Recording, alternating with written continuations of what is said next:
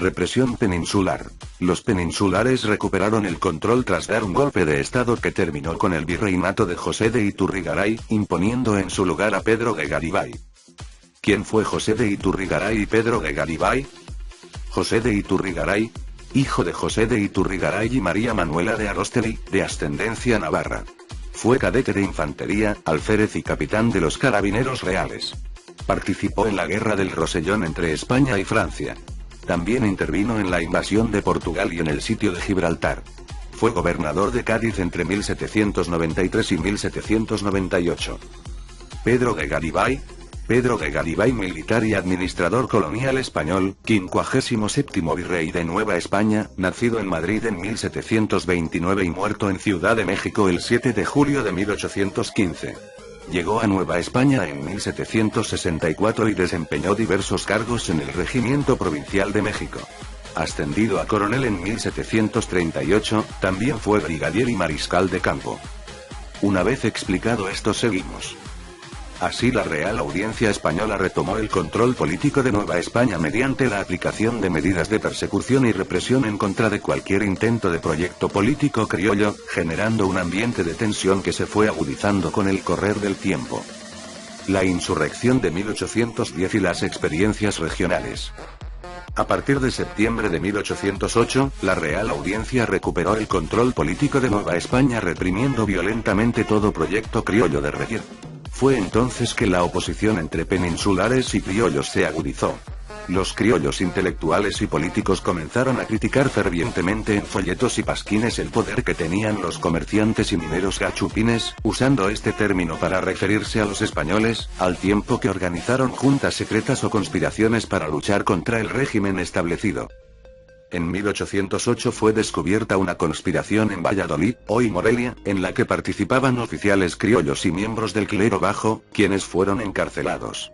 Paralelamente se organizó la conspiración de Santiago de Querétaro, en donde participaron el corregidor Miguel Domínguez y su esposa Josefa Ortiz, el cura Miguel Hidalgo y Costilla y los oficiales Ignacio Allende y Juan Aldama, entre otros. Esta conspiración también fue descubierta, pero, gracias a la advertencia de doña Josefa, los participantes escaparon antes de que las autoridades pudieran apresarlos. Entonces se precipitó el levantamiento armado que los conspiradores planeaban para diciembre, y la madrugada del 15 de septiembre de 1810, en la villa de Dolores, el cura Hidalgo reunió a los pobladores y los animó para dar inicio a la insurrección. A partir de ese momento, comenzó a crecer un movimiento popular y campesino cuyas dimensiones nunca imaginó el grupo de criollos letrados que intentaba dirigirlo. La primera etapa de la Guerra de Independencia, que va de septiembre de 1810 a marzo de 1811, se caracterizó por la espontaneidad, desorden y violencia que tomó el movimiento. Miles de indígenas, campesinos, mineros y trabajadores de las ciudades se sumaron a las multitudes que avanzaban sobre los pueblos y campos de la zona del Bajío.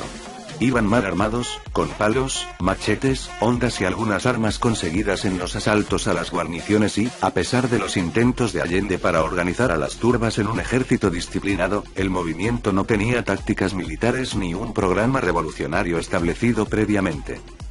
Otros líderes locales organizaron sus propios ejércitos y las ciudades de Guadalajara, San Luis Potosí y Zacatecas fueron tomadas por los revolucionarios. Mientras tanto, en la costa sur del virreinato, en Michoacán y Guerrero, el cura José María Morelos se ponía a la cabeza de la insurrección armada. Después de una fatal derrota en Puente de Calderón, el 16 de enero de 1811, Hidalgo y Allende se desplazaron hacia el norte de Nueva España con lo que quedaba de sus tropas.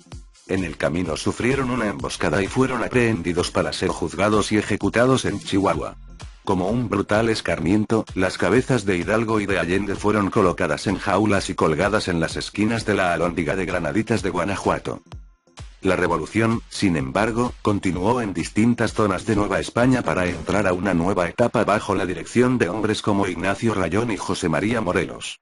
A partir de entonces, el movimiento armado creció en número de combatientes y adeptos a la causa, al mismo tiempo que se definieron más claramente sus principios ideológicos, así como la idea, cada vez más evidente, de que era necesario transformar el antiguo régimen virreinal.